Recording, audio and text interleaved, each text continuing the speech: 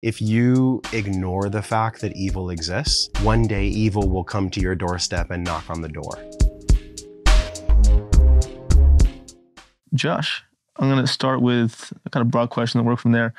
What issue in modern culture do you perceive to be the most detrimental to our well-being? Well, I would say it's the Native American mind virus. It's called Wetiko. I just started dispelling Wetiko. Yeah, Paul Levy, classic. So for people that don't know, Wetiko is a virus that attaches to a host, and sometimes they're conscious of it, but many times, unfortunately, with Wetiko, people are unconscious of it. And that virus becomes a dictator of human behavior, thought, and emotion that guides people towards disconnection. And it further perpetuates the illusion of separation and disconnection, which essentially is what we're dealing with now on Instagram and social media and politics and war. It's Wetiko completely out in the open for everybody to see. But Wetiko has been normalized, Lucas. It's been normalized. And I think the greatest issue that faces us in this modern time is actually something that the ancients and the ancient teachers knew for millennia. And it was, inside of me, there is darkness. Inside of me, there is light. And if I'm able to own both of those and be humble and be vulnerable about the fact that both of those live inside of you and me, then there's nothing that could ever be further from the truth that the origin of all things is love, because the only way love knows itself is by hate and fear. The only way light knows itself is through its opposite, which is darkness. So I think Wetiko is here to stay, fortunately or unfortunately, however you want to describe it. And I think the only way, man, that we're going to heal this mind virus is if we're just open and honest about the fact that it fucking exists in the first place, and stop playing this game of like, well, you're this way and you believe in this and I believe in that and you're a Republican and I'm a Democrat. It's all fucking bullshit, as you know. But it's Wetiko in complete perfect form, educating us about what we pretend not to know about ourselves. Yeah, I think Carl Jung said that, I'm pushing the quote, but the idea was that evil is the greatest perpetrator of spiritual awakenings. That people awaken to love and light from so much darkness. That's my experience. I'm sure it's yours too, that being in the immense demonic possession, dread, the worst things you can imagine, forced me to find the light. And I think that's like the evil beauty of the evil, in the fact that it can awaken us to deep light. Yeah.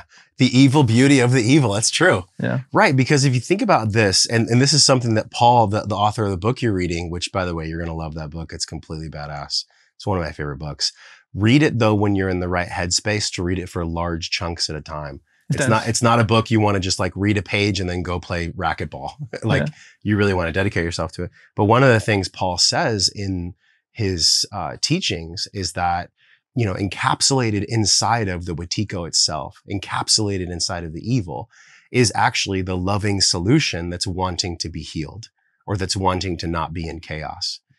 Another quote, since you mentioned Jung, is chaos cannot live in perpetuity. Eventually, all chaos will find order. Mm-hmm. But it either finds it through loving beings, through elevated conversations like this, or it finds it through more and more pain. Personally, I'd rather go the easier route. I don't want to just push myself and put myself in pain so much that there's other ancillary deleterious things that can happen. I'd rather just take stock of my environment, go 30,000 feet above our society and myself, and look down with some wisdom and some life experience and say, how can I actually shorten the pain curve of my own evolution? Knowing that pain is part of it. I'm not trying to get away from pain.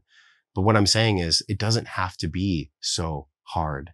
I think we've been sold this story about our spiritual development and about our personal maturation, that it's got to be blood, sweat, and tears. Yeah, there's seasons for that. But if we just had winter 24/7, 365, we wouldn't know what summer was. Mm-hmm. In other words, we need the balance of like not having our healing and our maturation as a human and as a society be so incredibly soul-sucking and so difficult, because we're not designed for that. We're designed to go through seasons.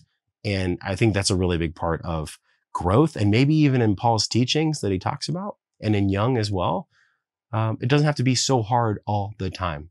We can be a little more gentle, a little more kinder to ourselves in the process of up-leveling, of ascending, if you will. Yeah, well, I think fear, toughness, and like shame are the the energies of Watiko, right? Like that's their game. Yeah. And what my guru once taught me when I went, to protect myself from entities. That's the next question I wanted to ask. Is that, well, go after that. After this, is that just to kind of remind them and you, I'm not playing this game.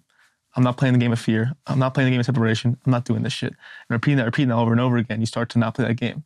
The question I wanted to ask off of that is that do you see this evil entity as purely internal, as this archetypal thing in all our collective unconscious minds, or do you also see it as some astral intervention, some astral spirit hijacking our perceptions of this dream? Do you see it as only this unconscious archetypal thing, or also some spirit intervening in our perceptions? Listen, it's definitely both. It's definitely both. Here's why. Everything I believe has three phases. Like if you look at the Fibonacci sequence, right? The perfection of the angle of three, or the law and rule of thirds. We have an inhale, we have an exhale, and we have a hold. We have a beginning, a middle, and an end. Do you ever notice this in the universe, that the rule of threes plays itself out over and over and over again? So when it comes to darkness or Watiko, or maybe you could even say demonic energy in the world that's wanting to impregnate and perpetuate itself through human form, there is always a source and energy of where that comes from. There is a phase where it goes and attaches to the host. And then there is a release where it goes back to source, another rule of thirds. So the fact that we look at this natural law, the rule of thirds, you apply that to every form of nature. Like you tell me, Lucas, in the forest, is there ever a tree that's grown and lasts forever? No. Eventually all trees must pass, and they go back and their carcass feeds the rest of the forest. In other words, there's a beginning, there's a middle, there's an end. And so inside of us, there is this Watiko. Inside of the collective, there is this Watiko because, and this is what most people don't want to hear, from the origin, from the creator's self, there is darkness, there is light. Look at Isaiah 45:7 in the Bible. I, the Lord, create light and dark. I, the Lord, create good and evil. I, the Lord, do all these things. This is a part of the Old Testament, the New King James Version, that a lot of Christians don't want to look at. But if you really listen to God's word or the Creator's word, and that's, by the way, in all religious texts, there's some form of Isaiah 45:7. Literally, we are being told by the Creator, from the Creator's mind, from the Creator's heart, that inside of you and I, and inside of society as a whole, there is darkness, there is light. So which one do we get more of? We get more of the one that we focus on. I know it's very reductionistic, but it's the ultimate truth, man. If I focus on the fact that I really hate my partner's shortcomings, guess what I receive more of? I receive more of my partner's shortcomings. If I hate that I'm broke, guess what I'm going to perpetuate? Being broke. I think there comes a time in all of our lives as an adult where we just either get beat down to our knees, or we shorten the pain curve and we actually just open up and listen to the divine, and something will come through and it'll sound and feel something like this. You are not alone. There is something unique and magical about you. If you choose to honor me, which is who created you, which is the Creator's voice, then your life is going to be so magical and so beautiful. And yes, you're going to experience challenges and hardship, but it's going to be so magical and so incredible to the point where you didn't even know it could be that good if you just honor something outside of yourself. If I choose to honor something outside of myself, and it's a choice, by the way, then I can tune into this magic, Lucas. I can actually be in harmony with the thing that created me. And then the whole Watiko conversation, like you were talking about, I can just turn to it and just be like, I'm not playing that game. I'm not playing that game today. The game I'm playing today is a game of love, commitment. There will be sacrifice here and there. But with that love and commitment, I'm honoring something outside of me. And then lastly, you know what it does, man? It takes away the pressure for me to have to do it all alone. It takes away the pressure and the weight of me having to be a perfect father for my children, having to be a perfect partner for my woman, having to be a perfect CEO and podcast host for my business. Fuck that. I do not want to do it alone. I want to do it with something greater than me so that when things get really hard, I don't have to fall prey to Watiko. People fall prey to Watiko when they stop believing something outside of themselves actually exists. That's when people really get screwed. And that's when the darkness comes in, like lambs being led to the slaughter. That's why so many people are going to plant medicine ceremonies and, doing drugs, calling it ceremony, is because they're looking for that something outside of themselves. But what they don't realize is as they go without trust in their heart into those spaces where they say they trust in something greater, but really they don't, that's when Wetiko comes in with full force. Because Wetiko, dark energy, demonic energy, loves it when people say one thing and do another. When we're not in alignment, that's when Wetiko comes and the roosters come home to roost. How do you avoid the pessimism? Because, I think where we are right now in society is one of the most demonically possessed versions of reality we've been in a long time. Yeah, no doubt. You have a lot of light in you. I feel the positive energy. I feel the light in you. I've talked to people who also believe what you and I believe, but they're so dark and pessimistic, and they're in this gloomy cloud. How do you hold the light in the immense level of darkness right now? How can one do that? A lot of breath work. No, that is one part of it. But I have always been insanely optimistic ever since I was a little boy. Mm-hmm. And actually, it's funny, I haven't thought about this for a while. This is why I really love podcasting. The question I've been asking myself ever since I could remember is, how do I live my life well? And it's the whole core of my podcast and my business at Wellness Force Media. Like, how do we live our life well? Well, in order to live your life well, you first have to genuinely want to know the answer to that question. If you stop believing that you're worthy of that answer, or if, sexual trauma, mental trauma, physical trauma, just trauma in general starts to block people from being like in their heart space, genuinely curious about how they live their life well, then there can be a pessimistic cloud, almost like Schleprock from Snoopy. I know you're in your 20s, so you may not know this, but I don't. There's this like cartoon character and his name was Schleprock, and he had like this little cloud over him at all times. Or Eeyore from Winnie the Pooh, right? Just people that are kind of like, wah, wah. Yeah. They're just kind of mopey people. I don't think it's their fault. I think they just started to believe that there was no purpose to life. And they believe that because of trauma they've gone through. So thank God I've been through enough trauma that I can still handle. We all have been through trauma, no matter what, if it's capital T or lowercase t. At the core of your question is something really beautiful, because the core of your question is, how do we remain optimistic and filled with light about the potentiality of life, right? Did I kind of get that question? Yeah. Correct? When it's the hardest to do right now? When it's the hardest to do.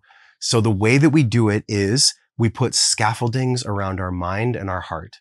Now, notice I said scaffoldings. Scaffoldings are not brick walls. Scaffoldings are meant to build something greater. Like, you ever see downtown when there's a huge building going up, the crew builds it with a scaffolding. It's so they can climb on the scaffolding, they can make the building stronger, they can carry the supplies in that they need, and also light can come in so they can see what they're doing. So the way you and I do that in dark times to defend ourselves from really the demonic Wetiko energy is that we build loving scaffoldings around our heart, around our mind, so that we can let light in, we can let other people in to support us. We can listen to great podcasts that fill our soul. We can read good books that make us believe in the human potential and in love being real. We can go to a church if that's what resonates with you. You can go to an ashram. You can go to a meditation group. I mean, our ancestors, there's this one fact that none of us tend to remember that I'm going to allow myself and you and I and all of us to remember right now. If our ancestors from the early 1800s were able to sit with us here right now, in this moment, first of all, they'd give you a hug and they'd be like, Lucas, holy shit, look what you've built. Look at what you get to do. And then they'd say, wow, if I had what you had, here's what I could have done. Here's what I could have believed. So it's really not shame or blame. It would be a slap in the face to our ancestors for us to not be light, for us to not believe in human potential, for us to not focus on the very thing that is being brought to us by all the resources we have, and that is opportunity. Mm-hmm. We have the opportunity that our ancestors never had. They didn't have the technology. They didn't have a podcast studio. They didn't have anything that you and I have, man. It just wasn't even a thing for them. So they had to struggle for food and water and shelter. We don't have to struggle for any of those things. Most people don't in America. Some people do. So in a long-winded way, what I'm saying is the way we defend ourselves against the darkness and the Wetiko, we build those loving scaffoldings.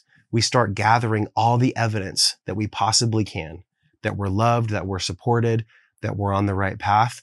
And then we be at sometimes quite militant to protecting that scaffolding, right? Whether it's through firearms or conscious community, or some people do training in BJJ, whatever it is, building your physical body, like these things are all necessary as well. Because the very last thing I'll say is, if you ignore the fact that evil exists, one day evil will come to your doorstep and knock on the door. Mm-hmm. Because the one thing that demonic energy and Wetiko also craves upon and preys upon is ignorance. When you're ignorant, when you're not believing in something outside of yourself, when you have no scaffolding, Lucas, of support systems and light and tools and resources in your life, you're essentially open to everything.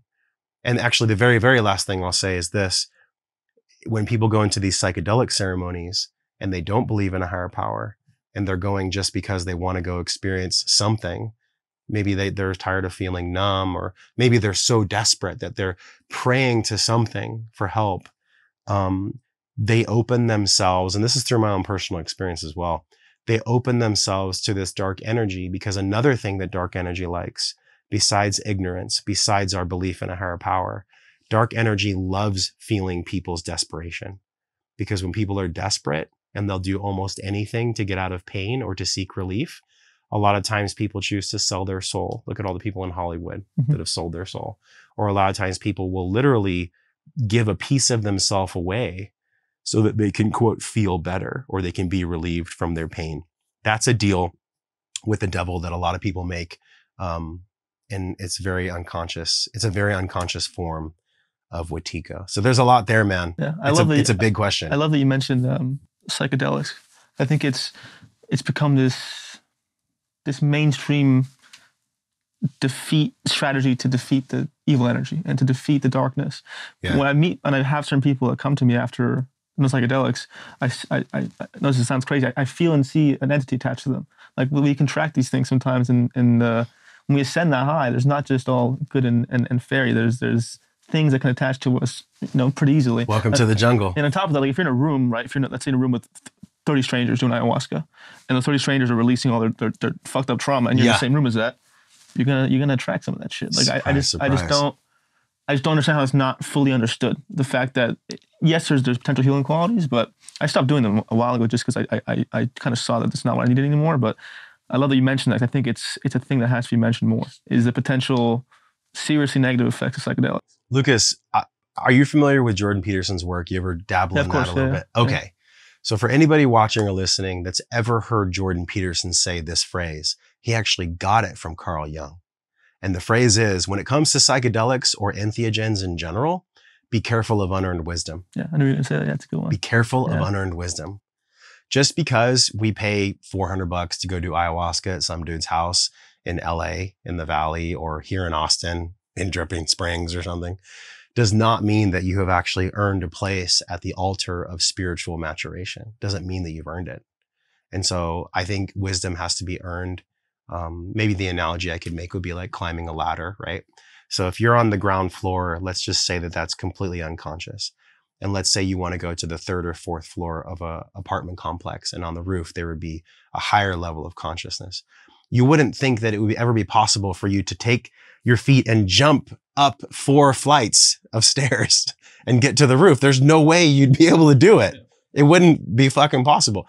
But in this psychedelic realm, people go from doing no float tanks, no meditation, no introspection, no time in nature, no vision quests, no shadow work, no shadow work, no inner child work. And they just assume that because Nancy, Jane, and Harry did ayahuasca and had some healing, that it'll happen for them too. In other words, they try to jump from the ground all the way up to the 4th floor of a building. How could you not expect that something could go wrong there? The real way to do it is the way that the spiritual warrior does it. And that is to climb that ladder one rung at a time. You just take your time and you climb it one rung at a time. And eventually over time, you reach the top. And then when you get to the top, by the way, you see another top that you're going to climb later on. There's no shortcuts to spiritual maturity. You can't shortcut it. And actually, from my own life experience, every single time, Lucas, I've tried to shortcut my spiritual maturity process, my maturation process. It's always taken me longer, and it's always brought me more pain every single time. I think this is tied to manifestation too. There's this thing right now in society where people are expecting the thing they want or need to happen as soon as possible. It's the same thing, right? I think that our ability to call it what we need is dependent on our frequency or our light or trauma or stuck energy is being released to get the thing, right? If you say, I want, let's say, 1 million subscribers for this podcast, right? That's a manifestation goal. I look at it all the time. I need it, and constantly expect to happen. What I'm missing is the process to get there, to get the wisdom, to release the shame, release the things blocking me from that frequency. That like the process of getting things is actually a slow thing to be worthy of it, to get there and feel like you've received it in some way, right? Like the common depression point I get in most guests or anyone is that they get what they wanted, but it wasn't doing anything for them, right? They get it immediately. They get the amazing wife or the amazing job or the money, and nothing changes. It's like, no doubt. Where to come? I feel like if you earn it to some degree, if you've gone to a place where your body deserves it or you feel worthy of it, it matches in some way. Yeah. I interviewed Tom Bilyeu. He was the founder of Quest Nutrition. And I'll never forget this. He told me on the podcast, when I sold Quest, it was like a 10-figure check, like some outrageous amount of money. And he said, when I saw it in the bank account, I felt the same. Nothing changed. I had 10 figures in my bank account, but literally my life felt identical to how it did before I had the 10 figures in my bank account. And it took him on a spiritual journey. And I would even be suffice to say, based on what you told me, maybe your own father or people in that industry or you yourself have been fueled by, it's not necessarily about the thing that my ego consciously says that it wants.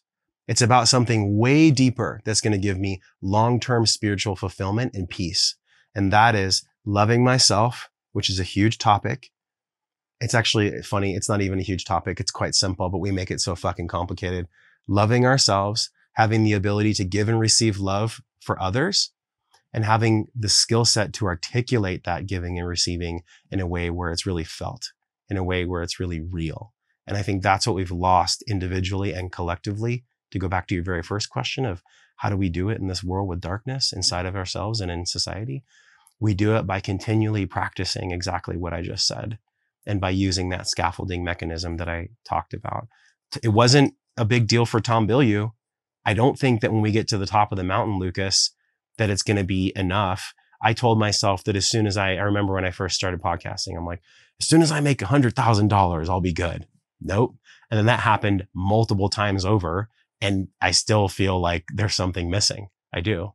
And what's missing for me is, I think what's missing for all of us, unless we've achieved nirvana, and that is, I am still learning how to love Josh. Mm-hmm. I'm still learning how to accept Josh, how to be a great father to my son Nova when I am sleep deprived and I snap at him, or when I snap at my partner, or when I'm short and curt in business, whatever it is. Anybody that comes and sits on an interview or a podcast and says they have it all figured out and they don't make mistakes and or their way is the only way, that motherfucker is full of shit. Yeah. Actually, they're probably full of shit. Yeah. So I'm here to say that, like, in this new age, I see new age behind you. In this new age, what is required is old wisdom. We have to take old wisdom that actually has always worked. That's the point of the title. The New Age Sage is bringing old sage wisdom to the New Age. I didn't even know that. So there we go. That's perfect. We're in the right place. So we must choose to take this old wisdom and bring it here now. Otherwise, the New Age will devour us, because the New Age is filled with a lot of false prophets, where spiritual maturity and just spirituality in general has been commoditized, much like gas and oil and corn and canola. And it's been placed into this silo where it's like, okay, well, as long as I speak and as long as I appear to be a spiritual person, then I can amass 1 million followers. But are you actually deeply spiritual? And when the camera turns off or the microphone turns off, like, how are you? Do you show up the same on camera versus off camera? Because I can tell you, in doing almost 700 interviews now myself, I would say half the time who they are on camera and who they are off camera are very different people. I think it's worse than that, bro. It might be worse. I think it's worse than 50. It might be. Yeah. What I was going to say, what helps me in terms of the whole, getting something external and thinking that it'll make you whole dilemma to me is that in my heart, I know this is a dream. This is not real. This is some form of it's not reality. This is some dream that we're going to wake up out of eventually. I do believe that in my heart. I've been shown that. This is all vibrating particles. I think this is some copy of reality in my heart. How were you shown that? In many ways. Okay. You know, in some levels, like feeling it, seeing it, and then researching it and reading it and having mentors who show me it and told me about it. Why I say that is that, like, the only thing that's real is our connection to God, is a divine spark in us, is this light in us. That's the only thing that could fulfill us. Nothing in this dream that's a dream, the money, the woman, the TV, yes, it can give us love and these things, but nothing in a dream can fulfill what's real. What's real is our light. It's our connection to the source. That's the only thing that's real. So when that's prioritized over this dream, right? Because Wetiko, the entities that we call, let's say Wetiko, they feed off you the more you believe this is real, right? The more you think that the external idol, the false idol, is what will give you happiness. It never will. And you keep chasing and chasing and chasing, and you fed more. So how is that, has that been your experience? The more you kind of prioritize that light in you, or that spark of God in you, and cultivate that as a source of happiness, has that led to you be more fulfilled? Do you know what I'm getting at here? I feel what you're getting at. Okay. Yeah, and I think I'm still making sense of it. I think we all do. Well, that's why I asked you, you know, what do you mean by that this is a dream? Because part of Paul Levy's work is his community awakening in the dream. And so if you're interested in that work, I would definitely check out his community. So yeah, the more that I choose, and it could be through church, it could be through breath work, it could be through mindful psychedelics, it could be through some type of solo practice like a float tank or going out into nature. I really love doing, well, I don't love it at the time, but I love what I get from it, doing Vision Quest, where you fast for 4 days. Nothing will bring you closer to God than when it's just you, your own breath, nature, and water. Because that's truly all we need to survive for a fairly large period of time. But what happens in that environment, and it definitely happened for me, and I would actually say that most people should start here. You know, I've never said this on a podcast before, but I really believe that if somebody wants to start a spiritual path, they need to meditate, followed by an immediate vision quest. Because a lot of these psychedelics and a lot of these other programs of peak experiences, they can be flashes in the pan where it gives somebody like a somatic or a mental response that's so intense that it's perceived by the unconscious memory storage as something meaningful. And it might have been, by the way, but it may not have the legs and the sustainability to enact real behavior change over time. I think what enacts real, consistent behavior change over time for us in this dream that we're living is actually a complete unplugging and disconnection from the dream itself. Yeah, exactly that. But the only way we can achieve that is by taking away the phone, taking away the comforts of modern life and modernity. And so I'll just set the stage quickly for what a vision quest is. I've done a vision quest twice, and I'll do it again next year. You go into nature. There's 3 days of ego stripping, of goal setting, of complete and total surrender to the divine about what it is that you truly believe in and how you want to play this game, this dream. And then you get out into nature. You have a little tarp. You have a sleeping bag. You have 4 gallons of water and no food. You fast for over 100 hours. You drink water. And at the end of that, the spiritual downloads, true downloads and uploads, by the way, because you're getting them from Mother Earth. So you're getting downloaded and uploaded. There's like no way you couldn't grow from this experience. The true uploads and downloads that happen when you disconnect 100% from the dream is that you actually see the dream on the other side. And when you see the dream on the other side, you can learn so much from that. And you can actually feel that there's unlimited peace on that side. There's unlimited compassion. There's unlimited infinite understanding and love. But the only way that we can access that as a human being is to actually leave this dream and leave this reality, which is, I understand why so many people go to psychedelics and go to peak experiences, because they want a taste of that. They want to taste it. But in order to swallow it and digest it and embody it and be it in the world, we have to actually go to spaces like Vision Quest that will allow us to unplug without a third-party tool, without an entheogenic tool, without something outside of ourselves. This is key.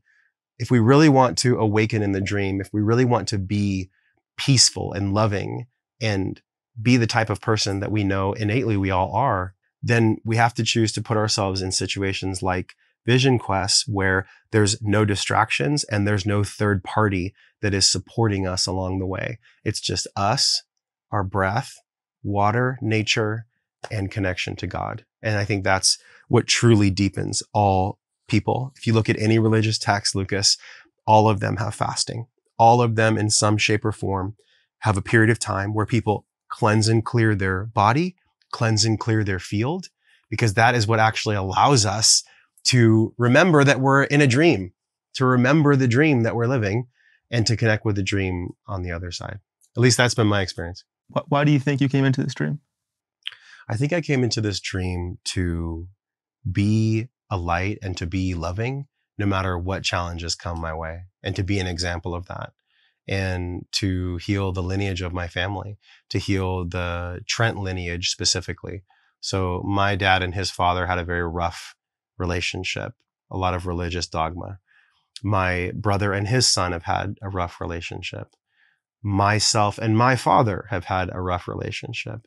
So you can be damn sure in the center of my soul that when it comes to my relationship with my son, specifically Nova, part of why I'm here in the world is to take apart all the unhealthy scaffolding that was built upon and imprinted by all the generational trauma and pain that maybe has been felt for more generations than I could even comprehend. This father wound that so many of us feel on some level, it's only a fraction of population of men who I've met that don't have a father wound of some kind. Most men do. And so, and of course, women have their wounds too. I'm not negating that. I'm just speaking for men right now. The only way we can truly heal our father wound is if we be a father to ourselves and our children. That's it. Most people say like, oh, well, you can have a healing ceremony with your own father and you can forgive. And it's like, yes, but how are you continuing on the energy that was given to you by life itself through your father? How are you doing it, Lucas? Through your father. How am I doing it, Josh? Through my father, Dan. How is my son, Nova, going to continue on the masculine male father lineage of the Trent bloodline in a way that is of service to his children? You know, hopefully he'll want to have children, right? Mm-hmm. So I think that's like the deeper question is, how do we make peace in these challenging situations? And that's actually why I personally was brought here, was to get to the bottom of that. I still haven't gotten to the bottom of it, by the way. I'm still working on it at 43. But I think that's why I'm here. You know, the simple answer to your question is, I'm here to learn how to love no matter what situation I find myself in. And I'm here to teach that love to my children so that when I'm gone, they can continue it on as well. Mm-hmm. That's ultimately why I'm here. I chose a specific medium to do it in, but at the core of it all, there's no other purpose besides that. I mean, that's actually it. Mm-hmm. When you say fathering yourself, what does that mean to you? Well, inside of you, I mean, you're a big dude and you're a muscular guy, but inside of you, there's a very soft heart, just like there is in me. And inside of all of us, there is a heart that is so tender, it's almost like a rose being kissed by the sun. And as men, there has been this, I guess you could say, dark side of the patriarchy. I believe that the patriarchy has a light side too. Yeah, but just like in feminism, I think feminism shows us a very deep darkness. And there is some light in feminism, but it's really overshadowed by the darkness. That's a whole nother conversation. We'll get into that. To go back to your point though, like there is a part of, I think, what is unraveling here on planet Earth for us to accept and take responsibility for the collective healing. If I myself am choosing to ignore the parts of myself that are wounded, that are traumatized, and that are not healed, and even if I'm unconscious of it, right? In the model of learning and understanding, there's unconscious incompetence. Then it goes to conscious incompetence. Then it keeps going up, and eventually one is just unconsciously competent. They don't even know why they know all these things. They're just competent at it. This is what happens to us as podcasters, is we just get the best from our guests and we don't even know how we do it. It's become natural for us. It's become online. And so for my own healing, what are the parts of myself that I'm unconsciously incompetent about? How can I always, for the rest of my days, not aggressively search for those parts, but be open to those parts being shown to me through, and the best one is intimate relationship. I don't care who you are, intimate relationship. And then right under that, being a parent. Those two modes of understanding in life will bring out every single shadow you ever have if you're open to it. when I talk about fathering the boy in me or fathering the young man in me, it's just like this. When I have experiences in my life that bring me to a place of familiarity, in other words, an argument with Carrie Michelle feels just like it did in my entire nervous system, in my throat, in my heart, in my stomach. And it takes me there at 43, and I actually feel like I'm 13 years old again. I know there is work to be done. When I have an experience in business or in life or in friendship, where no matter what age I am, my body memory takes me back to a specific childhood moment that feels identical to the moment I'm living now, it means that I'm not healed. It means that I'm not cleared of whatever that is. And so there is a constant process of internal reflection. And I believe some people might fight me on this, but I'm going to go big on your podcast. Go for it. I do not think it's possible to truly heal yourself and to truly heal your inner child unless you are in dynamic, intimate relationship and or a parent. I don't. I think you can get a long way. I agree, yeah. You can get a very long way with it. But if you really want to reach the highest potential of your own self, then you have to understand that you're limited by the capacity of your own healing. I can't be something that I'm not. I can fake it for a while. But if I'm truly not the person that I'm saying that I am, eventually the wheels will fall off the wagon, right? It'll just happen. Something, the universe will bring in a traumatic event and it'll knock me down to where I actually am. We were talking about something earlier that I want to touch on. And it was something about people growing and people striving for what they want in life and becoming like this best version of ourselves. And I thought about something that I had talked about on a podcast recently. And it was this concept of faking it till you make it or being it till you see it. I think there's a loss of humility in our world because we were talking about climbing the ladder, excuse me. We were talking about climbing the ladder up to get spiritually mature or not. So many people are faking it. They are in their 20s, not like you actually. I don't get a fakeness from you. I mean, you're here holding real conversations so you can learn and share it with people. To me, that's the most integrity-based learning that's possible on planet Earth, is to be open in your authenticity about where you actually are on your journey. But what we have an entire society that is built upon Instagram, TikTok, Facebook, and all these platforms where you can essentially present yourself in a way that other people think you are, but deep down in your guts, you know you're not that person. And so eventually God, universe, creator will bring a situation into your life that will knock you down to where you actually are. And I actually think that's a blessing because there's no greater gift in this world than living your life from a place of spaciousness and honesty about where you actually are, instead of what you think you should be at, because that's what some coach that you paid $3,333 wanted you to believe. Oh, the number you chose. Yeah. I that seems to be the price that people choose when they're not sure about what they should charge. It's got a bunch of threes in it. Yeah. No, so. I agree. I think what you're saying is a fact. I mean, if you, just from personal experience, like, you know, I think our deepest, my experience is this.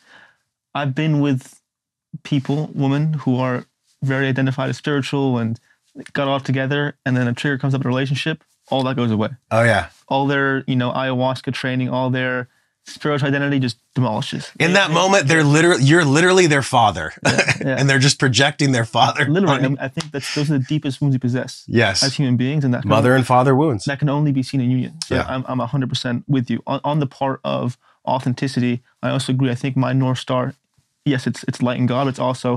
It's not the work itself. It's how can I become the most authentic self of me? I'll use work and stuff to create that, but my metric is how can I be most authentic? And then everything comes my way. It's not about like working hard enough to get this thing. It's how can I actually be myself enough to then get what's meant for me. But on that path for me, I think we each have a part of ourselves that was most held in shame. That was the hardest to see. That's like the final metric or chess piece we have to move to be in full authenticity. What was that piece of you that was the hardest for you to see and accept?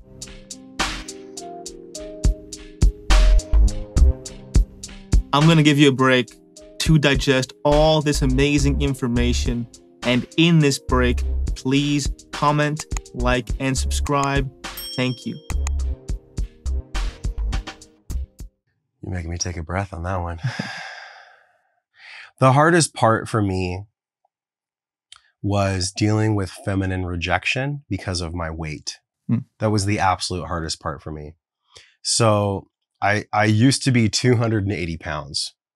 I'm 225 now. I feel good at somewhere between 220 and 225. I'm 220 as well. So we're that's where I feel good. I'm 6 foot tall. And even though like on a BMI chart, it says that I'm overweight or something, I know that my lean body mass and just the way I feel in my biometrics, they reflect to me that I'm healthy.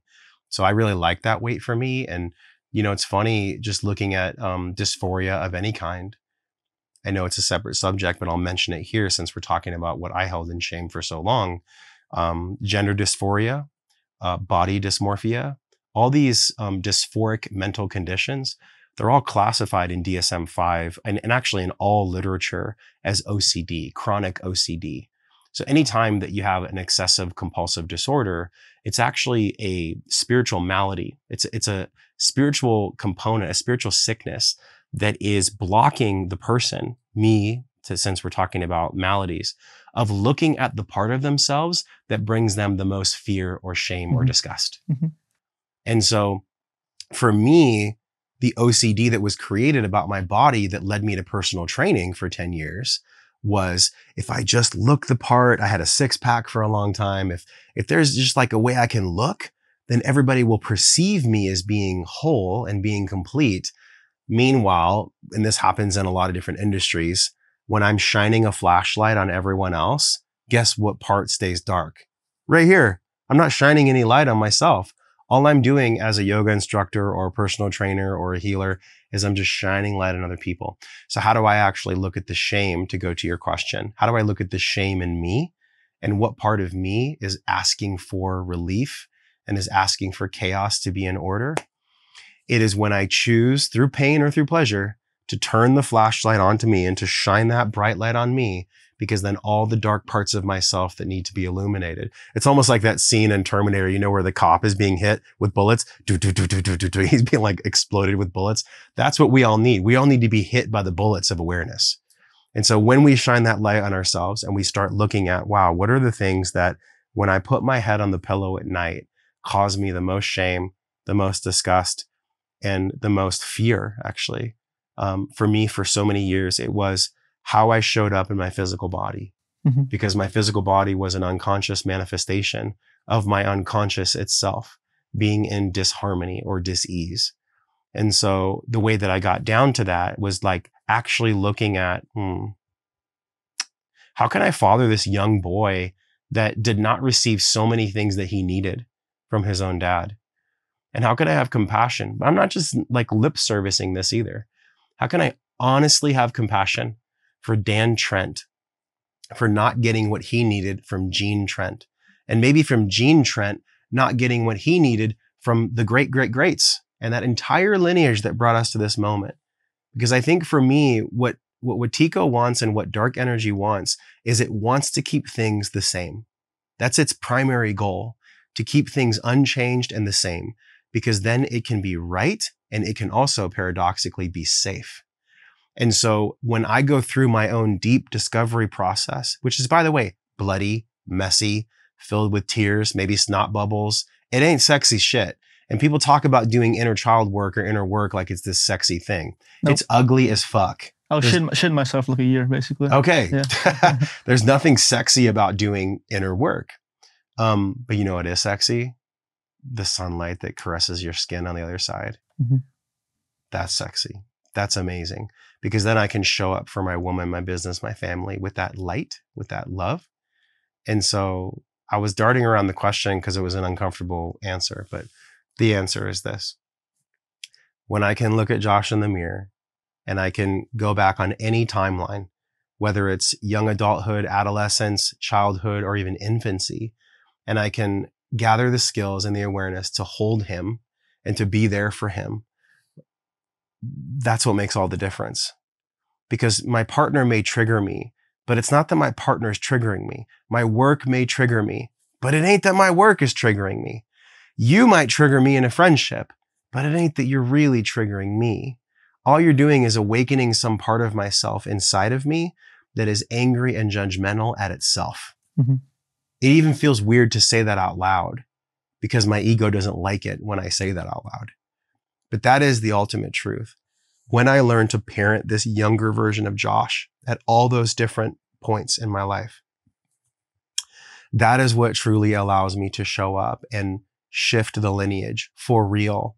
Not just some pipe dream, not just something I'm saying on a podcast because it sounds cool, but to truly shift our wounding and to shift our lineage, it requires that surrender to, on a regular basis, man, going back and having the practice and the skill set and the tools to be able to relate to oneself, to hold oneself, to be with oneself at that age, and love oneself through the trigger, love oneself through the process. Otherwise, if we don't do that, guess who gets all the heat? It's the person across from us who we perceive to be the one triggering us. And I'm not here to say that like physical abuse and mental abuse, we need to put up with that. No, we never need to put up with that. Like there's also a discerning inside of us that comes online when we've done enough work to know what's acceptable and what's not. So there's discernment to be talked about in that regard. But when I really make the decision to surrender to God, to know that it's not just about me, and even in those moments to ask God, how can I reparent this 12-year-old version of me? God, what resources can you bring me? God, what can you show me? Please show me, and thank you for showing me the way to find the right healer, to find the right coach, to find the right podcast, to find the right piece of scaffolding that I can stick on this massive, strong building of my healing, and that I can actually trust will bring me to a place where I can do it. I can be there for myself when I was 5, when I was 12, when I was 21, when I was beat, when I was picked on, when I was bullied, when I was rejected by the feminine. And so I perceived that when I was in middle school and high school to be that there was something wrong with me. I just thought there was something wrong with me. And so in my 20s, I took it out on women. I slept with so many women unconsciously. I did all these drinks and parties on a regular basis that really took away from my vitality. And I was doing that because I was trying to fill a hole that had no bottom. And I was trying to get to this place inside of myself where if I drank enough, or if I fucked enough, or if I smoked enough, or if I partied enough, then somehow it would make this emptiness inside of me go away. But it was all a lie. The only thing that makes the emptiness go away is when I choose to actually stand at the bottom of it myself and be real with what's going on and be real with how I feel about myself. And this is the big one, be real about the narrative and the dialogue that I use for myself to myself. We all can be our own worst enemy and our biggest bully, way more than the bullies from high school, way more than society tries to bully us. We actually do it to ourselves a lot more. So at the bottom of that hole, the only way we can actually create a bottom and stand on it is if, almost like, you ever see that Indiana Jones movie, The Last Crusade, where he has to like step and go on the path. And if you haven't, it's an amazing piece. Maybe you can stick it in this clip for B-roll. He literally has to step and trust that the path will appear. That's how we have to do it. We have to step and trust that the path will appear on our own healing. And we have to just ask God and be humble along the way that we can gather the right resources to do so. Because guess what, man? On the other side, it sucks. It's just more pain, more drinks, more unconscious spending, more unconscious sex, more unconscious scrolling on social platforms. And we've all been there before. It's like the last thing I'll say, I know you've seen The Matrix. Yeah, I'm trying to get you into movies right now. Have you seen this? Have you seen that? So you've seen The Matrix. We've all seen The Matrix. There is a scene. It's a documentary, by the way. What's that? It's a documentary, The Matrix. Yeah. It is a documentary. Yeah, that's true. It is a documentary. So they open the car door and he's underneath the bridge and it's raining outside. And she turns to him and says, Neo, because he's scared. He doesn't want to know the truth. And that's okay. He wants to leave the car. He's about ready to leave the car. And she says, you know where that road leads. You've been down there before. And I just get chills in my body even telling you that right now. It's just so visceral and so powerful. You know that running from an inevitable truth just perpetuates the lie. And so for us, for my healing, and really like to pinpoint your question, the only way that I can get through my shame and get through hatred or get through judgment of self is to be honest about the fact that it's still there and to not run from it. Because I already know what the other way feels like. I've already been down there before. Yeah. I share a similar wound, rejection, and I was overweight, had no charisma, didn't know how to talk to a girl. That's part of me, even though my podcast was seriously shy and socially awkward. And I was that way for a long time, and I was always rejected. Thankfully, I figured out eventually what to do. But why I'm saying that is in that there was this massive addiction to porn. That porn for me was some kind of that hole for me, that solace. In my research, you also had the same issue. Why do you think men go to that so much? Why is porn so? I think most men are actually addicted to porn. I really do believe that. Like, even if you're watching it like once every night, just ejaculate and fall asleep, I do believe most men have a porn addiction. Why do you think that is? Why do we go to porn when we feel so rejected by the feminine? And what's the effect of porn on the masculine psyche? The best way to open this conversation piece is to share what a mentor shared with me once. If you want to know who your master is, what is something you can't go without? So breathing is my master. Food and water are my master. I need those things to survive. Nourishment and love are my masters. Porn is not a master. So if a human being, if a man specifically, cannot go a day, a week, a month, a year without watching porn because it's perceived as a death of some kind, then it's your master. So we can start it right there. If something has mastery over you, it is chaos seeking order for you to have mastery over it. And it is wanting that, actually. It's an archetype of a protector. So if you look at psychology, there's always a protector inside of us. Sometimes that protector protects us with wisdom and with love and with guidance. Sometimes the protector sees that we're immature in some way, and it actually protects us through pain. And so for me, I was protected. I'm protected now from pornography because of my experience with it and because of my pain with it. I was shown actually in my very last ayahuasca ceremony ever what my life would look like. This was in 2018. If I continued to go down the path of porn. And it hit me in such a I can actually just feel the nausea right now. It was such a supreme lesson. And I was smacked so hard by ayahuasca that the lesson still has resonance 5 years later, talking to you about it. It scared me on such a deep level, and it brought me to such a place of humility and of really dealing with shame and disgust from all the hundreds of micro traumas that I had witnessed through pornography, that I was able to, through shitting and puking and also having a soul attachment, Native Americans call it soul loss, I was able to go to a mentor named Paul Chek, and he was able to support me in my healing in those 2 years after the ceremony. I don't think it has to happen for everyone like that. Mm-hmm. It happened for me like that. It was truly the most insane I think I've ever felt in my life. But look, for many men, they have a tree that's growing in their unconscious, and the tree is actually poison. And guess what happens when you pull a tree out of the ground? You have to remove all the roots as well.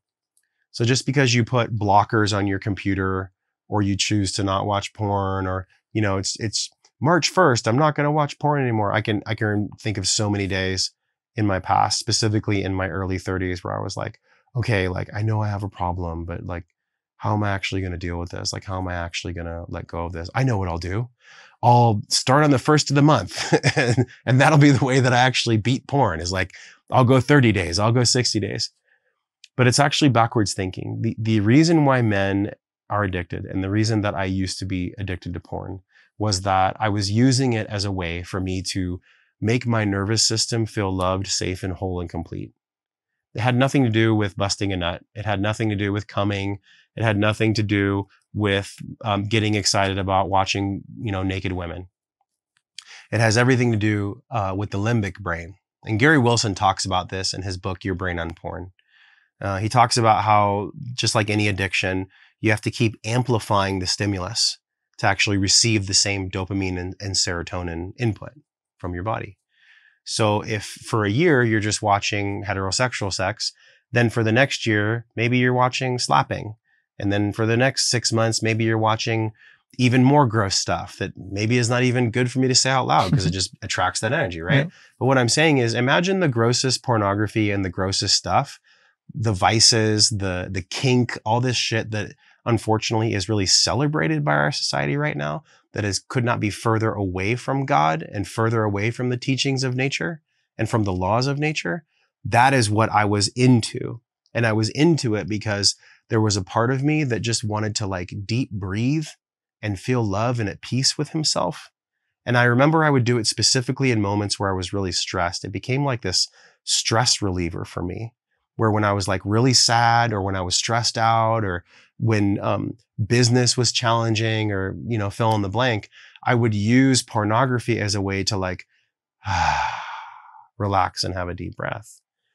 But when I started eating my own dog food and taking my own medicine and learning from my mentors and going on my own spiritual journey, I started to gather my own pieces of scaffolding. And those were having conversations on the podcast became my own therapy, honestly. It became a way for me to help myself heal.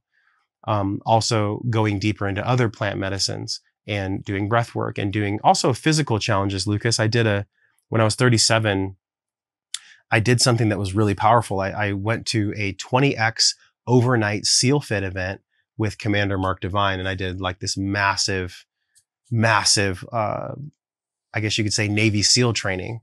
And there's something when you take your physical body to a place that it's never been before, you can start to get insights that come up from your unconscious, because the body is the unconscious and the unconscious is the body. They're actually the same thing. That's why if I'm carrying extra weight on my body, it's my unconscious is carrying extra weight too. So that I would go to the 20X and I would do Vipassana meditation, and I would go on these journeys and just do anything that I could to, like I said, fill that hole. But the only thing that's allowed me to fill the hole is laying on a bed, putting one hand on my stomach, one hand on my heart, doing nasal and mouth breathing and doing circular breathing, sometimes with binaural meditation. Sometimes I'll actually just lay on the floor and put my back on the floor and put my feet up like an L on a couch. And I'll just lay and breathe. And I'll ask a question like, okay, what are you here to teach me? What is this pain here to teach me? What is this discomfort here to teach me? What is this stress or this strife here to teach me? And do I ever think about porn? Of course. I mean, who doesn't? Like anybody that's ever had more than a few years of like heavy porn use, they're lying if they say that scenes don't pop in or things don't pop in. It's something that I get to be aware of probably for the rest of my life, maybe definitely for the next, 10 years or so, where I'm every day reprogramming myself to, and thank God, like I don't use that stimulus anymore. It's not like a thing for me. It doesn't own me anymore. Part and parcel because of the slap from ayahuasca, me gathering the scaffolding, me being in conscious relationship, me choosing to take that wasted energy and put it towards loving my son. Yeah. Like that. I mean, that almost makes me want to cry just thinking about it. Like what an incredible amount of wasted energy that men are choosing to pour down the drain. Every single time men are wasting their seed and their chi and their charisma and their beingness on a screen that just wants to monetize their soul. I mean, porn is truly demonic energy in material form. That's actually what it is. And I used to say on podcasts like, oh, I'm not here to demonize porn. I actually am. Yeah, no, sure. I actually am here to demonize porn. It would be like saying that murderers aren't murderers if I didn't. I think it's fully demonic. What's fucked for me, I think most people in my generation, is I was watching porn at 11. Oh, yeah. I was 11 every day watching porn multiple times. Isn't that wild? Yeah. The fact that like our country censors everything else. You can't go on YouTube and get a vitamin D lecture, but you can watch 24/7 gagging, disgusting porn on any device, anywhere, at any time. Now you tell me from a societal perspective how much sense that makes. It's almost as if the powers that be know how harmful porn is. This ain't a conspiracy theory. That's true. Anybody watching or listening can go on their phone right now and get whatever they want, like Pinocchio going to the island. So you tell me, Lucas, like, don't you think that the powers that be know how harmful porn is? And that's why I stopped. I stopped a couple of years ago, but one of the things that I relapsed maybe like 8-10 months ago, I just had that, full honesty, I just had that moment. I was like, had a bad day. I was like, fuck, I'm gonna just watch it again. I shit you not, I was watching it and I literally saw a demon. Like I saw the porn woman in her eyes, it stopped, I saw a demon. I literally saw a demon, and that to me was like, I was like, holy shit. And I sat with it. I was okay. If these, entities feed off of us, but I do believe in that. It sounds insane, but I do believe that. The things they love to feed off the most are fear and shame. Shame's the biggest one. Shame is like the filet mignon for Tico and these entities. Yeah. And with shame, it's that like after you jerk off into a disgusting porn video, you sit there. Every man is like, "What the fuck did I just do?" That feeling of like shame. I'm not enough. What the hell's wrong with me? Yeah. Every day, that's the juiciest food. Having like the backbone, the strength of society, stuck in shame over releasing their seed on like a demonic screen. Like that to me is like why it's not stopped, is that's like a massive food source for Watiko, for these entities. And the one thing I tell men is just like, if there's something truly demonic, spiritually, it's porn. Like it truly is porn. If that's the one thing, many things in life, sure, sex trafficking, all that kind of stuff, but porn it's tied into all that. It truly is an evil thing. And like you, I never want to demonize anything, but it is demonic. So I kind of have to. I think it's okay. I think it's okay. That's well put. I think it's okay to demonize certain things that show up demonic. Like if it's cold and raining outside, I'm not going to be like, oh, the sun is shining. I'm not going to fucking fake it. If I'm experiencing an environment or weather, I'm not going to describe the weather as something it's not. I'm not going to teach in schools that a little boy is a little girl. Mm-hmm. I'm not going to pretend and play that game because it's not fucking real. God is truth. I do believe that. God is truth. And what is God? God is everything and God is nothing at the same time. Yeah. That's a total mind twist. Because if we're really in this dream that you're talking about, that has to be a certainty for you. And it has to be a certainty for all of us. That there truly is no meaning to what we're doing. And there's all the meaning in the world. The ultimate paradox exists for us in this moment on your podcast, where you're asking me these thoughtful questions about growth and development and being our most amazing, loving self. And there's also no point to it all. So people could take it for what they may. It's wherever you put your attention. Where I put my attention isn't on this argument between men and women, gender dysphoria, pornography, all these things. If I'm asked about it, I'll share because we're here, and I get to share. But it's not something that I'm focused on. What I'm focused on is actually the truth of God's love and the truth of love itself. And how can I be that for myself and my family? If we could all do that, Lucas, we wouldn't have to be having such deep conversations about porn, unconscious sex, shopping, consumerism, pollution, dysphoria, all these things. Yeah. I think at certain moments in our life, it is important to have those conversations. But, what we feed grows. And just like you were saying, like the guy at the screen, if it's eating our shame, why are we continuing to do it? Yeah. Why do we continue to feed the Watiko itself? Yeah. On that note of love, something I've been thinking about. I do think that, what Jesus did that was so powerful was just, it's simple, it's rudimentary, but it's love, right? His worst enemies, people wanted to kill him, and just was all love. Why I'm asking that is that, like, where we are now, there's, things I think are bad and demonic, like the making kids transgender, the porn. When I see people who are fully sucked into the matrix getting, all the shots and making all the shit come together in a way that's not conducive to what reality I want to see. Yeah. How can we deal with that with love? How can we deal with, is that possible? How can we deal with these truly dark things with love? Yeah. I still don't know that. I don't know the answer. I have a really good approach that I practice when I do solo casts or when I interview or when I express. And I've actually done it a few times here with us unconsciously. You remember I was talking about that unconscious competence, where eventually we just do things and we don't even know why we do them or how we do them. We've just gathered the wisdom to do so. When I approach a really challenging subject, unless it is meant to just be one sentence, I will usually do what's called a compartmentalized or a sandwich explanation, where I will give compassionate understanding up front, not bullshit, like real compassionate understanding to why something's there or where someone is coming from. Then I will say exactly what I feel. I will speak my mind. And then I will give some type of solution. In sales, they call it a sandwich close. You be nice, you tell them what you want, you be nice again, right? But what you want's in the middle. I do the same thing when it comes to articulating solutions about demonic things and dark energy.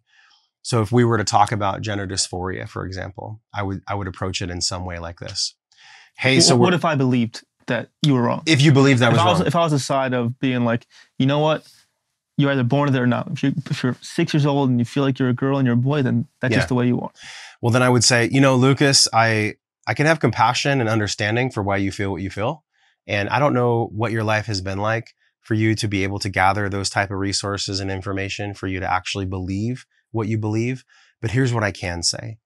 If you look at the literature and if you truly understand that we are a product of nature and we come from a source point, a creator, and that creator designed us in a certain way, would you agree that's true? They may say no, right? Or you may say yes. And I would say, what I believe is different than what you believe.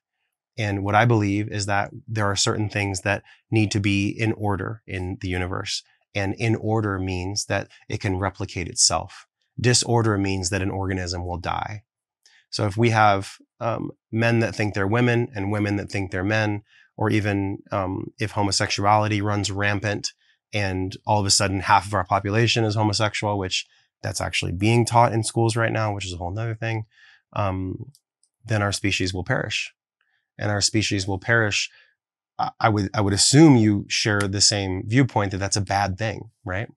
I'm not here to say that what you believe is wrong or what you believe should be shamed, but what you believe is fundamentally different than what I believe, because I base what I believe on in my soul, my connection to God and a higher power, and also my understanding of the laws of nature itself. So I can have compassion for what you believe, and I can have some understanding as to your model of the world. I can respect your model of the world and why you might believe that. But we can also agree to disagree, that the outcomes of my belief are fundamentally going to be different than the outcomes of your belief. It doesn't mean that I'm right or you're wrong. It's just, what is the outcome of our beliefs that we all agree upon is the highest good and of the highest love? I would probably approach it something like that. That's good. Yeah. Can you truly agree to disagree? Like, do you think in your absolutely who we are right now can, like, if I was truly that way and I believe those things and was pushing back, and you could be fine and loving in your body? Yes. Now there's a couple things here. Like, this is real shit. So I'm glad we're going here. The real part of this conversation is this. When somebody, there's a piece that Dr. John DeMartini talks about in all of his lessons, and it's called core values, or a values hierarchy. If one of my core values is a belief in the higher power and a belief in nature and the laws of nature, and that is a value that I identify with, that's a value that allows me to breathe life into the world and to have confidence in my way of being, then I'm not going to associate or hang out with or be around other people that are in direct opposition of my values, right? So that's the first piece. The caveat to that is, and this is what a lot of people get wrong, and I'm so glad you brought this up. I really want people to get this. If my value is so deep and embedded in my soul, and I believe what I believe on such a powerful level that it holds so much weight inside of me, I am not threatened by someone else's opinion towards it. I may not have to enjoy their opinion. I may not have to agree with their opinion, but because my value and my belief in something that I believe comes from love and is for the highest vibration and the highest good of you and I in society, and I truly believe that on a deep level, which, by the way, the paradox is they might believe it too, but I believe they've been brainwashed. That's just my own thinking. I am not threatened by someone else's viewpoint. A sure sign to know if someone is out of alignment with their values, or they actually don't have a big weight as to what they believe. In other words, they don't actually believe what they believe. They just believe it because they want to be part of groupthink, or they want to be part of a group that identifies a certain way, is that they become agitated, angry, and they become hostile to someone else's opinion. We have lost the art form in society of how to agree to disagree. We have lost the art form in society about how to have authentic conversation where the other person isn't shamed or made wrong for their views. I actually, I believe that this is the one thing that people could take away from this perceived dichotomy, but it's actually not a dichotomy. You are free and I am free to believe what we want to believe and to lead our lives in the way that we want to lead them. Thank God we live in America to do so. Imagine if we were somewhere else. We are also free to hang out with and spend time with people that have the deepest resonance with our growth and with our highest values, with our values hierarchy. So you can see how many things can be true at the same time. But at the end of the day, we are a product of who we hang out with, the environment that we choose to be in, and the thoughts that we entertain and the thoughts that we allow ourselves to think. So in full maturity, I can hang out with you if you have a different opinion than me. I can learn from you if you have a different opinion than me. But do I want to build a sustainable friendship with someone that does not have aligned values? No. And so I think we've lost on a deep level this ability to allow other people to have differences of beliefs and opinions. To be able to actually have a conscious debate is one of my favorite things. But as soon as it gets to ad hominem, which is where one side starts attacking the character or the worthiness of that person, we've lost the debate. And you see it in politics all the time. And you see it, unfortunately, in friendships all the time, where when somebody doesn't want to be vulnerable, they'll start attacking the other person.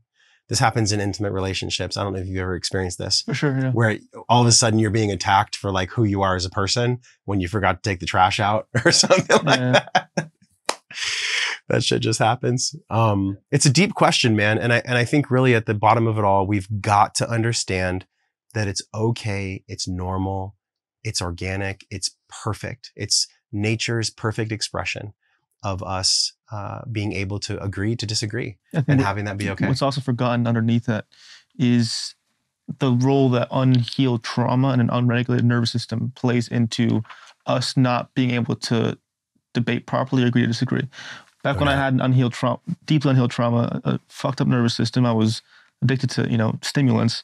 I was that, doesn't matter. I was on the, super left side of things, but it doesn't matter where you stand if you're extreme in that nervous system side. Someone would say something remotely what I perceived to be racist or homophobic or whatever, transphobic. I would literally feel like I was going to kill them. Like there was this rage in me. I would just like immediately go outwards. And then when I healed my trauma, my nervous system, all those opinions disappeared. I just didn't give a fuck. When someone, you could say the thing I think is the most offensive, I really wouldn't mind. Because my trauma, my nervous system is good. Like I've cleared most of it, thankfully, at a young age. That it just feels that way, right? My sister, who was also like that, and her and I couldn't really get along for a while because I went from like super left to somewhere right middle, and then she stayed there, and I just couldn't talk to her. I couldn't talk to her because she gets so inflammatory. If I said something that was kind of triggering, and then once she started doing somatic therapy and healing her nervous system, we became super close. We're like best friends now because she's still somewhere there, but there's no animosity. There's just love. If we disagree, there's nothing in our nervous systems that causes us to clash. So I really think behind most of the shit, behind the divisiveness, the both sides hating each other, yes, it's demonic, but it's also just a deeply unhealed trauma and a really fucked up nervous system. Having had that experience too, the more your nervous system is calm and collected, the more you can just talk to people at a cool level. Listen, I'll share something super on point that's real for me recently. My son, about 3 weeks ago, had a tremendously challenging sleep time. He was up all throughout the night. He was teething. It was really, really hard on his mom and I. Mm-hmm. And there was about a 2-week period where I was not getting more than 4 hours of sleep per night. Oh. And it took me to probably one of the darkest places I've ever been because my physiology was not being nourished. My nervous system was shifted from homeostasis over to fight and flight, sympathetic branch. And I could feel it all day long. And this is just like a little bit of stimulants, maybe a tiny bit of caffeine or some nootropics or something. I wasn't slamming coffee all day long. So I knew it wasn't from an excitatory standpoint that my nervous system was dysregulated. I knew it was from my cells in my brain not being cleared of their toxins from sleep. So we have these glial cells that need to be cleared in our brain. And basically our brain is going through a car wash at night. Mm-hmm. And so when I wasn't sleeping for more than 4 hours, my nervous system was so trashed and just so amplified. Every little thing would cause an argument with my lady and I. Every little thing in business would trigger me. And so what did I do? I took my own medicine. I called in a nanny. I called in a night nanny. I called in extra support, meal delivery, rest and recovery, red light. I did everything in my power to remedy the situation as quickly as possible. Sleep coaching for my son, like everything you could imagine. And over 3 weeks, eventually now, this is actually just last week that it was the hardest. Now I'm like, I wear the Oura ring, so I know I'm getting great sleep. I know my deep sleep is increasing. I actually just feel calmer. I feel like myself again. Sleep is I don't think people hear this enough. Like, I want everybody to just feel this, like, if you are not sleeping, if you are not taking care of yourself at a fundamental base level that nature wants you to by sleep, every single other part of your life will suffer. Mm-hmm. You will become more triggered by arguments. If your sister didn't sleep, she probably would have ripped your head off back in the day when you were dysregulated too, right? Mm-hmm. It just would have happened. So we've got to, my mentor, Rob Wolf, and friend told me once, he's like, I guard my sleep at knife point. If someone wants to take away my sleep, I hold a knife up to them and say, go for it. Come and take it, because it is truly, truly, truly that important. Especially once you're in your late 30s, early 40s, you have got to sleep. If you don't sleep, you have to let go of anything and everything that is taking you away from your sleep, because the whole purpose I'm sharing this with you, because you brought up that great example of you and your sister, is if I'm not taking care of my fundamental nervous system, base level sleep, I will have lots of dark thoughts that I start to entertain as truth, which I recently did. I had some very dark thoughts that came up and I was like, wait, that can't be right. Oh, it's because I'm not sleeping. And I was projecting that darkness onto others. And I'm a human being. I'm not some freaking elevated nirvana wearing a white cape on a mountain. Like, I'm human. And so once I learned that taking care of myself was at the highest importance, then everything else followed suit. Yeah. It's a good, I think, for marriage or relationships too. I'm sure that like your ability to be a good partner is dependent on your sleep as well. Like we think that like so much of this stuff is, we think about like the communication styles and how to listen properly and how to hold space. But it's like, unless you are at a high vibratory state of health and wellness, none of that shit matters.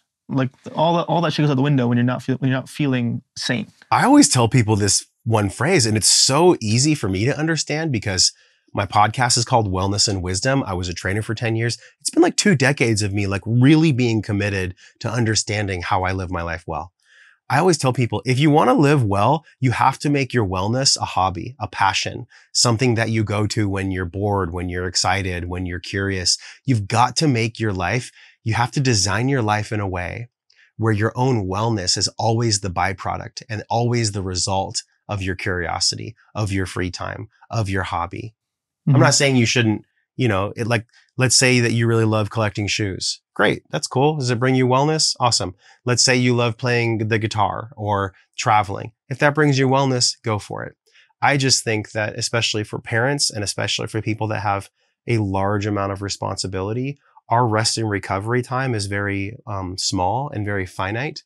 And so in those little gaps of rest and recovery, for anyone listening and watching this podcast that has a large amount of responsibility, a large amount of responsibility for others, for the care of others, it is even 2 times more important that we choose to care for ourselves.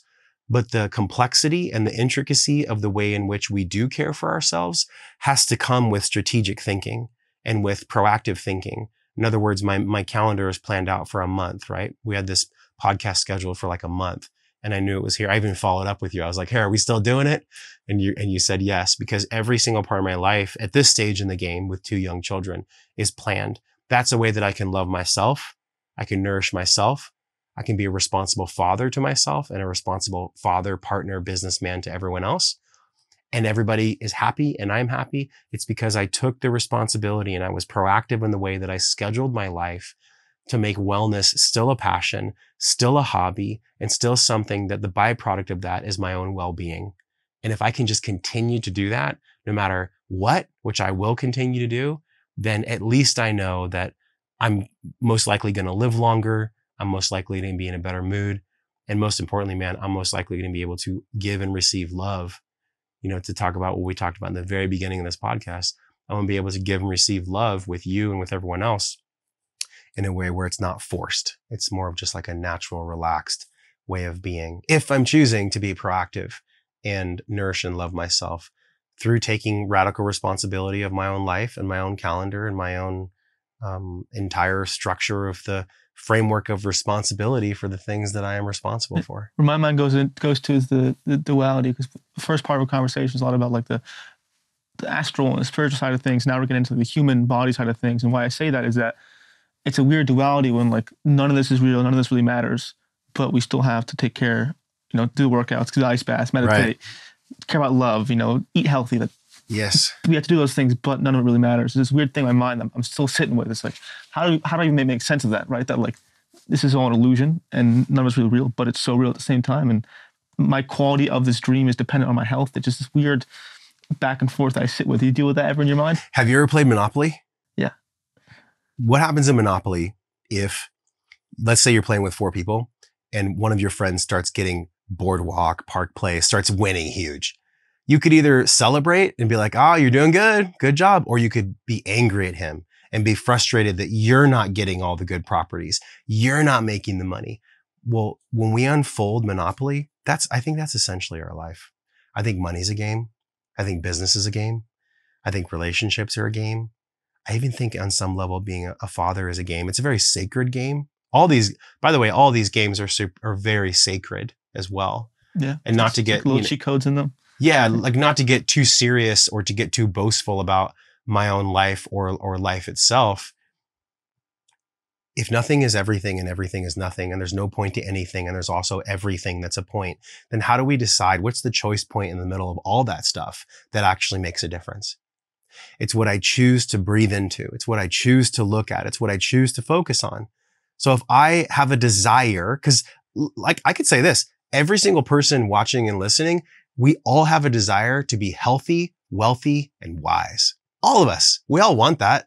And if you're saying no to any of those things, I would say you're most likely full of shit because you probably do want all of those things on some level. So how do we get all those things? How do we win at Monopoly and get all the properties, all the money, never go to jail? We practice it, and we practice it without attachment, and we practice it without attachment and anger and frustration being an identity of who we are. And we practice not putting that onto other people, and we practice not keeping it stuck inside of ourselves. That's how you be good at Monopoly. That's how you be good at life. That's how you be good at relationships or parenting or whatever it is. Have fun with this shit. It does not have to be so serious, like I talked about earlier. Our healing does not have to be this like soul-sucking, just insane process where we're every single day self-reflecting and going to the well. It's like people get drunk on the God of growth in a community of wellness. Good one, yeah. And in a community of spiritual development. It's like, if not every day they're sacrificing to the God of growth, then it means they're on the wrong path. Nope, that's fucking bullshit. Are you playing Monopoly well? And are you enjoying the fruits of your game? Are you moving in the direction of the result that you say you want? That's, I think, the most important thing. I've had a lot of family members that ask me, like, how do you make money, dude? Like, what are you doing? And I make multiple 6 figures every single year and growing because I treat it like a game. And that's not to say how cool I am or to be boastful or egoic. I'm just saying, like, money was a massive wound for me for so long. It's because I was force fed and I was stuck in the mindset that money meant pain. Money's for rich people. Money doesn't matter. The only thing that matters is like peace and happiness, all this new age bullshit that is force fed, almost like geese trying to get their liver fat for foie gras. It's like such bullshit. The only thing that really matters is when you unwrap the life game, are you playing it well? Are you happy for other people when they're succeeding? You know that you're on the wrong path when you're jealous and when you're envious of someone else succeeding. That's when you know you're not playing the game right. You know you're not playing the game right when you're angry and frustrated and in torture about playing the game itself. That's when you need to take a break from the fucking game. Go sit on a mountain, go to a vision quest, maybe a ceremony. Come back to the game when you have a different mindset on how to play it. Because it is a game and The Matrix is a documentary. And everything that we've talked about on this podcast, it's all great. Some of them might be nourishing to people's hearts and souls. Some of it might be mental masturbation for people that aren't ready to hear it. But regardless of what we explored, the end result gets to be, how are we playing the game? Is our actions and our behaviors and our way of being loving? And is it moving us in the direction of the things that we say we want? Because to me, that's a life well lived, man. If I'm enjoying it and I'm playing the game with ease and with grace and you know, there's a smile on my face, like that makes a difference. Mm-hmm. And then my son and other lineages can model that. And I think that's the way out of all this madness, actually, is to teach. Maybe I'll actually start doing videos on this. This seems like a very important topic. It's a game. It's a fucking game. The whole thing's a game. And it's not to take away from people suffering. I know there's many people suffering in the world. That's the game they're playing. It doesn't mean that I'm numb to them or their suffering. It doesn't mean that I don't have compassion for other people's suffering. But how does me having no boundaries within myself, allowing everyone to play my game and taking on everyone else's sadness and emotions, how does that possibly empower me to be a model of how to play the game with love for others? It doesn't. It actually takes away from my capacity to model that game from a place of love. Mm-hmm. I think that's a really big take home for all of us today, no matter what. Play the game with love, man. Choose to play it with love. And when you don't, be kind to yourself. Bring yourself back to the board game. Let's play another round. Let's play another hand. Yeah. You know, let's be a little more loving this time. Let's be a little more kind this time. Yeah, that was a big mic drop moment. So I'm going to end it there. But just to add my little spin on it is that, like you said, you have to focus on the game you want to play, but you also have to focus on the game you don't want to play, right? Like we talked about earlier, when you see the fear mongering and all the bullshit, and you see your mind playing tricks on you and trying to gaslight you into doing something you don't want to do. Yes, that's a game you don't want to play, right? Like I want to play the game of love. I don't want to play the game of fear. And telling yourself and whatever's out there, I'm not playing that game. I'm not doing that shit. No. I want to just thank you so much for coming on here and spilling your wisdom. And I do see you as one of the greats in the podcasting space. So it's an honor to have you here. Truly, thank you very much. And I love you're leading with humanity, which is cool to see. A lot of people just come on these shows and just show off that they got it all together. And you lead with your humanity, which I really appreciate. So thank you so much. Oh, dude, thank you for having me. I love your studio. Y'all need to check out all of Lucas's episodes. I was saying Lewis because I think one day you'll be like Lewis House. Yeah, man, everybody check out this podcast for sure, and share this podcast if what we talked about today, myself or Lucas resonated with you. I'm sure it did on some level. Yeah. So, it was a pleasure, man. I really appreciate you inviting me. And I really have a belief that these conversations do matter and that they do help people play the game better. Yeah. So, take it with a grain of salt. But either way, I hope this allows you to play the game better. Yeah. In this new age world, I see the new age behind you. I'm like, God, in the new age, we have got to play a different game. Yeah. If we don't choose to play a different game now, when the fuck else are we going to do it? Yeah. When are we going to decide to play a different game if not in the new age? Yeah. And we'll go check out Josh's stuff as well. Yeah. I'll put it in the link in the show notes. But Wellness and Wisdom podcast, great podcast.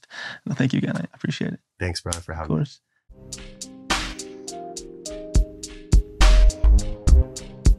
I hope you enjoyed that video. If you want to watch more content, please click this video right here and don't forget to subscribe right here. Thank you.